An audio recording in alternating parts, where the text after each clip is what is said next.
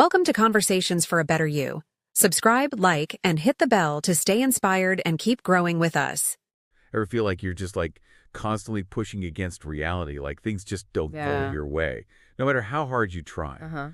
Well, today's deep dive might give us a whole new way to think about all that. Okay. We're going to be checking out the work of this Colombian philosopher, Gerardo Schmedling Torres, and his idea of acceptology. Acceptology. Acceptology in English. Right.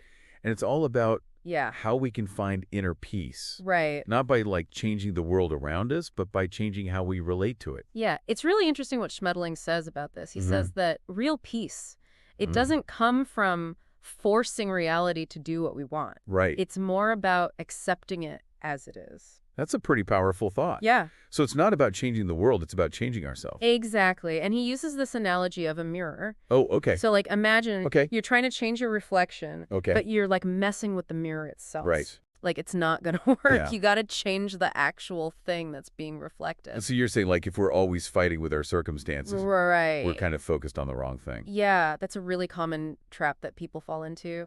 And Schmedling, he actually categorizes people into 3 types based on how they deal with reality. Oh, interesting. Yeah, so see if any of these sound familiar. Okay. The first type is the people who fight reality. They spend so much energy trying to force things to be different. Yeah. And even if they get what they want, Okay. they end up feeling kind of empty or dissatisfied. Yeah. It's they're always chasing after something that's just out of reach. I definitely know that feeling. When I've been so focused on changing something that I miss the bigger picture entirely. Exactly. So what about the second type then? So the second type are the ones who actually manage to change reality. Okay. These are the people who are driven to make a difference. And a lot of times they actually do achieve some big changes. But their inner peace doesn't last very long. So even if they change the world around them, right, they still might not feel fulfilled. Yeah, it's kind of a paradox. They might accomplish amazing things, right, but if their inner one is still a mess, all that external success, it won't make them truly happy. Okay, so then what's the secret? How do we break out of that constant struggle? Well, that's where the third type comes in. These are the people who focus on working on themselves. They get that real change. Yeah. It have to start from within. So they choose to accept reality as it is. Right. And they focus on cultivating inner peace and understanding. So wouldn't that just make us passive, though? If we just accept everything? Right. Would we even try to make things better? That's a really common misunderstanding about acceptance. Okay. It's not about resigning yourself to things or giving up. No. It's more about acknowledging how things actually are. Right. So you can work with it instead of against it. Okay. And Schmedling actually makes this important distinction between help and service. Okay, I'm listening. Break it down for me. Imagine someone with a broken leg. Okay. They need help with certain things. Right. They can't do those things for themselves while they're injured. So maybe their family and friends, they step in to help. Right. Because they care about the person. Okay, so that's help. That's help. Okay. But in that same situation, there's also service happening. Okay. I'm intrigued. Give me an example. Okay, so think about the doctor who sets the bone. Yeah. Or the nurses who take care of the person. Right. Or even the person who delivers their groceries. Right. They're all doing their specific jobs within a larger system. Okay. Their actions are driven by a sense of duty and wanting to contribute to the well-being of the person with the broken leg. So help is personal. Right. And service is more about a bigger role. Exactly. And Schmedling argues that every single one of us has a unique function to fulfill in the world, a role that might not always be obvious or glamorous, but it's still really important. Okay, so how do we figure out what our unique function is? Yeah. I feel like I'm always asking myself if I'm on the right path. That's a great question, and we're going to explore that more later on. Okay. But for now, just think about this. Okay. What if accepting reality exactly as it is right now is actually the key to unlocking your true potential? Whoa. What if by letting go of the need to control everything, Yeah. you create space for something new and unexpected? That's a pretty big idea. Yeah. It feels kind of counterintuitive, but I can see how it could be really freeing. Yeah. Yeah, it really is letting go of control can actually be empowering. Right. And Schmedling, he actually gives us this framework for putting Acceptology into practice. Okay. Awesome. Lay it on me. Okay, so he breaks it down into 3 core elements. Okay. The first one is maintaining inner peace. Okay. We've talked about it a little bit, but it's really the foundation. Yeah. Like, without inner peace, Yeah. you can't really approach reality with genuine acceptance. That makes total sense. If you're battling with your own stuff, yeah, exactly. how can you be at peace with the world outside? It's like trying to build a house on a shaky foundation. Yeah. It's not going to be stable. Right. Okay, so then the second element is acting in reality.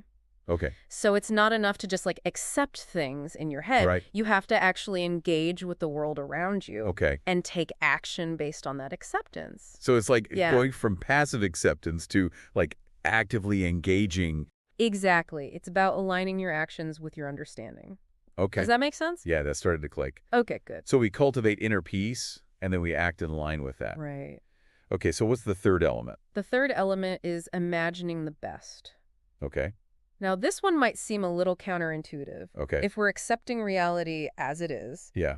why would we need to imagine anything different? Yeah, it seems like those two things are kind of opposite. But yeah, they might seem that way at first, Okay. but they actually work together. Okay. Imagining the best doesn't mean denying reality. Right. It's more about planting seeds for a better future. Great. It's about cultivating hope and faith, Mm-hmm. even when things are tough. Okay. Schmedling uses this really powerful example Okay. to explain this. Okay, He talks about, like, the aftermath of a really bad earthquake. Wow. Okay. So imagine all the devastation, homes destroyed, businesses, Yeah. but the people might have even lost loved ones. Right. It would be so easy to just give in to despair Right. and focus on all the destruction. Yeah. Yeah. But even in that kind of situation, Yeah. you can choose to also focus on the rebuilding. Right. You could imagine the community coming together Yeah. to support each other. You could imagine new, stronger buildings being built and this new sense of resilience emerging from the tragedy. So it's like even when you're surrounded by all this pain and loss, Right. you can still choose to focus on growth and renewal. Exactly. It doesn't erase the suffering, Right. but it offers a little bit of hope.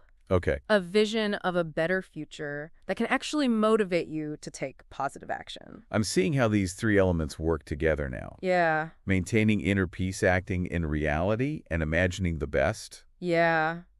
It's pretty powerful. It is. But how do we actually put this into practice in our everyday lives? Mm-hmm. Like, it's easy to talk about, Right. but how do we make it work for us? It starts with small, conscious choices. Okay. Acceptology, it's not about, like, reaching some state of enlightenment. It's more about making gradual changes in your thinking and behavior. Okay. So thinking about everything we've talked about, what's one thing in your reality right now Okay. that you could try to accept more fully? That's a good question. Yeah. I think for me, it's about accepting that I can't control everything. Okay. I tend to micromanage everything in my life. Yeah. And it just stresses me out. I get that. Yeah. And remember, accepting something doesn't mean you have to like it. Right. Or that you're giving up on trying to make things better. So it's about acknowledging it so you can work with it. Exactly. Instead of... Think of it this way. Okay. Acceptance is like saying yes to reality, Okay. but resignation is like saying no to life. Oh, wow. That's a good distinction. Yeah. But wouldn't some people say that accepting a negative situation is the same as giving up? That's a good point. Yeah. And it's important to see the difference Okay. between acceptance and passivity. Right. So accepting a tough situation doesn't mean you become a doormat. Okay. It just means you see it for what it is. Right. And then you can decide how to respond in Yeah. the most effective way. And sometimes the best response Right. is to change the situation. Exactly. And sometimes it's about changing how you relate to it. Right. So how do we know which son is best? That's where the inner work comes in. Correct. When you work on your inner peace and understanding, Yeah. you get clear about your values, your goals, your role in the world. Okay. And that clarity guides your actions. So we're not just accepting everything that happens. Okay. We're choosing how we engage with the world Exactly. based on acceptance. Yeah. What about when we feel stuck, though? Mm-hmm. Like when we're facing challenges that seem impossible? Yeah. Acceptology definitely has something to offer there. Okay. Remember the third element? Yeah, imagining the best. Right. Okay. That's where visualization comes in. Okay. When things are tough. Yeah. It's easy to get caught up in negativity and fear. Right. But if you choose to imagine a positive outcome, Mm-hmm. you shift your energy Okay. and open yourself up to new possibilities. So even when things are really hard, Yeah. we can still choose to focus on hope. Exactly. Like, It's not about pretending the challenge isn't there. It's Yeah. about broadening your perspective to include the potential for growth and transformation. Okay, all of this is starting to make sense to me now. Good. It's like Acceptology gives us a roadmap for dealing with all of life's ups and downs and finding peace and purpose in the midst of all the chaos. That's a beautiful way to put it. Yeah. It's about cultivating inner peace, acting in alignment with reality, and always believing in a brighter future. Right. You know, it's pretty wild how much our inner world shapes how we experience the world out there. Yeah. And we've been talking about this idea of choosing acceptance, even for the difficult stuff. Right. And it reminds me of Schmedling's idea of reality being like a mirror. Yeah. It's like when we resist what we see, we're basically arguing with our reflection. Yeah, you're trying to change the reflection without changing the thing that's causing it. Right. So like instead of trying to smash the mirror, we need to look inside and see what needs to change within us. Exactly. That's where the real transformation happens. Yeah, and it makes me think of those three types of people we were talking about earlier. Right.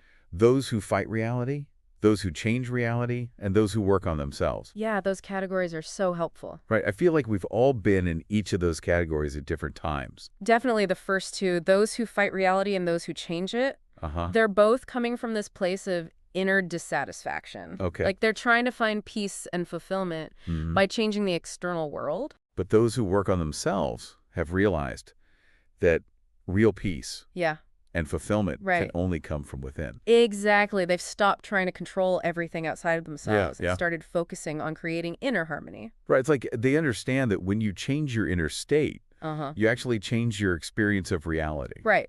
And it explains why even those who are really successful in changing the outside world, they often still end up unhappy. It's like they're always chasing something. Right. It's a moving target. They think if I could just achieve this one thing or fix this one problem, then I'll finally be happy. Yeah, but there's always something else to chase after. Yeah, that's so true. Real peace comes from accepting what is a... right here, right now. Exactly. This whole conversation has really got me thinking, maybe I've been putting too much emphasis on achievements. And not enough on my own well-being. It's easy to fall into that trap. Right. Especially in today's world. Yeah, everyone's so focused on success. But Schmedling reminds us that real happiness and fulfillment come from inner peace. Right. And aligning your actions with your value. Speaking of aligning our actions, I wanted to ask you about that distinction between helping and serving. Right. Can you explain that a little more? Sure. It's about recognizing that we each have this unique function to fulfill in the world. Right. And when we try to help outside of our designated role, we might actually create more problems. So it's not about not helping others. It's more about knowing the boundaries. Exactly. It's about focusing on your own unique function, doing it with love and dedication, and trusting that others are doing the right. It's like we're all part of this big puzzle. That's a great way to put it. And each piece has its own place. Yeah, and when we step into the roles that are meant for us, we not only contribute to the overall harmony, but we also feel a deeper sense of purpose and fulfillment. So for our listeners out there who are thinking, okay, I want to try Acceptology. How can they figure out what their unique function is? That's the big question, right? Yeah. Where do you begin? It's a journey. Okay. And it's different for everyone. There's no one right answer. Okay. But a good place to start is to think about what brings you joy. What makes you feel alive. What talents and skills you have you can share with the world. It's like listening to your inner compass. Exactly. And trusting that it'll guide you. And remember, accepting reality doesn't mean settling. Right. It means you're choosing to work with what is instead of against it. Right. And from that place of acceptance, we can make real change. Both within ourselves and in the world. This deep dive into Acceptology has been amazing. I agree. I feel like I have a whole new way of looking at life's challenges. And a new way to find peace and fulfillment. It's a powerful philosophy for sure. Yeah, it really is. It can help you create a more meaningful life. I hope our listeners got a lot out of it too. Me too. If you're feeling inspired to give it a try, here's a challenge for you. Okay. What's one small thing you can do this week to align your actions with your desired reality? That's a great challenge. Remember, even the smallest act of acceptance can have a ripple effect and lead to big changes. It really can. Thanks for joining us for this deep dive into Acceptology. It was my pleasure. Until next time, keep exploring, keep questioning, and keep choosing acceptance.